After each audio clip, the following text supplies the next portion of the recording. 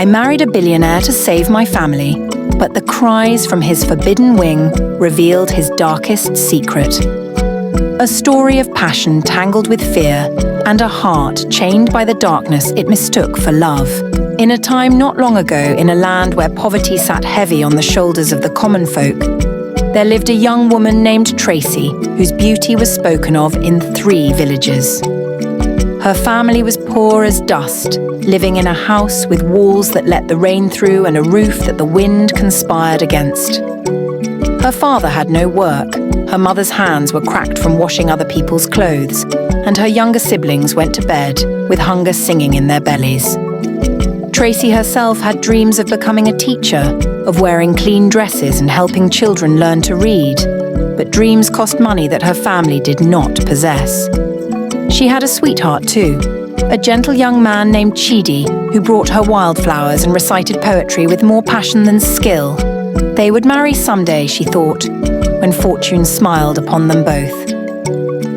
One evening, when the rain had been falling for 3 days without ceasing, Tracy's father came home with news that would change her fate forever. A wealthy man named Sir Benjamin Uckerfer, whose riches were legendary throughout the region, had sent a proposal of marriage. Sir Benjamin was 42 years to Tracy's 19, a man whose first wife had died mysteriously in a faraway land, leaving him alone in his great mansion. The bride price he offered was enough to repair their house, pay for her sister's surgery, send her brothers to school, and still have money remaining. Tracy's parents looked at their daughter with eyes full of sorrow and hope, mingled together like oil and water. Better to cry in a golden house than to laugh in a mud hut, her mother said, quoting the old proverb. Tracy thought of Chidi, of the future she had imagined, of the word no that formed in her mouth, but would not come out when she saw her family's desperate faces. She thought of her sister who limped because they could not afford to set her broken leg properly, of her brothers who had stopped attending school because they had no fees, of her mother's hands bleeding from the harsh soap she used on other people's laundry. And so she said yes, as daughters have said yes throughout the ages when their family's survival demanded sacrifice. The wedding was grand beyond imagination, held in a cathedral with stained glass windows that painted the light in colours Tracy had never seen. She wore a dress that cost more than her father had earned in his entire life, and smiled for photographs while her heart turned to stone inside her chest. Sir Benjamin was courteous but distant, treating her like a beautiful object he had purchased, valuable but not quite human. That night, as she lay in a bedroom larger than her family's entire house, Tracy wept silent tears into a pillow soft as clouds, mourning the girl she had been that morning and the woman she would never become. Thus began her life in the golden cage, where every comfort was provided except the one thing she truly wanted, freedom to choose her own destiny. Sir Benjamin's mansion was a place of wonders and terrors, though Tracy could not yet separate one from the other. It had more rooms than she could count, with marble floors so polished that she could see her reflection walking beneath her feet like a ghost. Crystal chandeliers hung from ceilings, painted with scenes from stories she did not know. And servants moved through the halls silent as shadows, never meeting her eyes. The master of this great house was a mystery to his new wife. By day, he conducted business in his study behind locked doors, speaking on telephones to people whose names carried weight in the world of commerce and politics. By night, he would visit her room with the mechanical precision of a man performing a duty rather than expressing affection. He was neither cruel nor kind, neither warm nor cold, but something in between that made Tracy feel as if she had married a handsome statue rather than a living man. Yet, as the months passed, small changes began to appear like cracks in a frozen river. Sir Benjamin brought her gifts: a silk dress the colour of midnight, books by authors she loved, a necklace with sapphires that captured light like pieces of the sky. He began to join her for breakfast, discussing philosophy and asking her opinions on matters of the world. When she became pregnant with their first child, something in his face softened, as if the prospect of fatherhood had reminded him he was human after all. He took her on journeys to distant lands where buildings touched the clouds and people spoke in languages that sounded like music. He bought her paintings and played music for her on instruments she had never seen. By the time their daughter Zara was born, and then their son Emmanuel 2 years later, Sir Benjamin had become almost the husband Tracy might have chosen if choice had been hers to make. The servants now called her Madam with respect. Her family visited wearing new clothes and speaking of blessings. And Tracy began to wonder if perhaps her mother's proverb had been wisdom after all.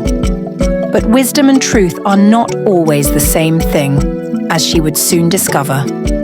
For in that great mansion, there were places she was forbidden to enter, doors that remained locked, and one wing of the house that Sir Benjamin said was under repair and too dangerous for her to explore. The West Wing has structural problems, he told her when she asked. Old buildings carry old weaknesses. You must never go there for your own safety and the safety of our children. Tracy obeyed as she had learned to obey in all things.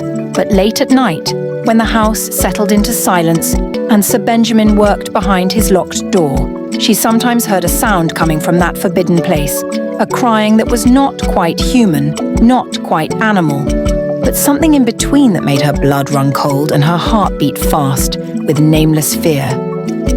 The crying from the West Wing haunted Tracy's dreams and followed her through her waking hours like a ghost she could not shake. At first, she told herself it was the wind whistling through broken windows, or cats fighting in the garden, or her imagination playing tricks born of isolation and too much time alone with her thoughts. But the sound persisted, growing neither louder nor softer, but maintaining the same pitch of misery, the same rhythm of despair. It called to her in a voice that seemed to know her name, that seemed to speak directly to something deep in her bones that recognized suffering when it heard it. For 6 months, Tracy resisted the call. She was a good wife now. Obedient and grateful for the life Sir Benjamin had given her, she focused on her children, on decorating the rooms she was allowed to enter, on learning to be the lady of a great house. But curiosity is a hungry animal that gnaws at the mind until it must be fed. One night, when Sir Benjamin had travelled to the capital on business that would keep him away for 3 days, Tracy made her decision. She waited until the children slept peacefully in their beds, until the servants had retired to their quarters, until the great house settled into the deep silence that comes in the hours after midnight. Then she rose, dressed in dark clothes, and went searching for the keys to the West Wing. She found them in the head steward's office, hanging on a ring with dozens of identical brass keys that she had to try one by one with trembling hands. When the lock finally clicked open, the sound seemed loud enough to wake the entire household, but no one came. The door swung inward on hinges that groaned like a living thing in pain, and beyond lay darkness, thick as cloth. Tracy had brought a lamp, and by its light she saw a corridor lined with rooms full of furniture covered in white sheets like corpses waiting for burial. Dust lay thick on every surface, and spiderwebs hung in the corners like tattered lace. She followed the sound of crying deeper into the forbidden wing, past rooms that smelled of rot and time, until she came to a portrait of an old woman whose painted eyes seemed to follow her with disapproval or perhaps warning.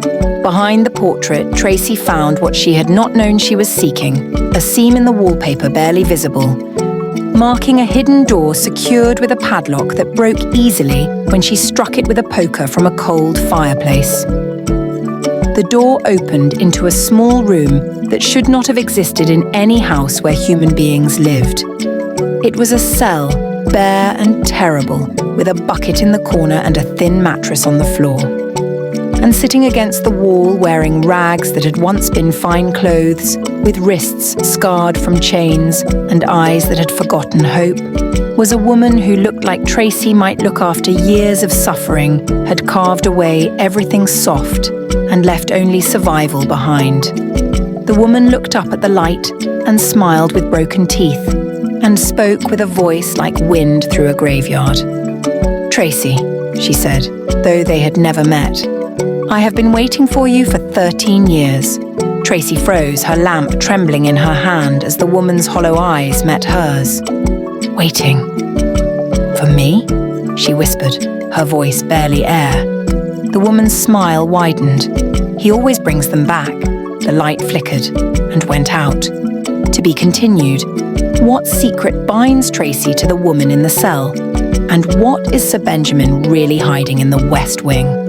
Don't miss the next episode. Don't forget to like and subscribe to our YouTube channel for more episodes and stories.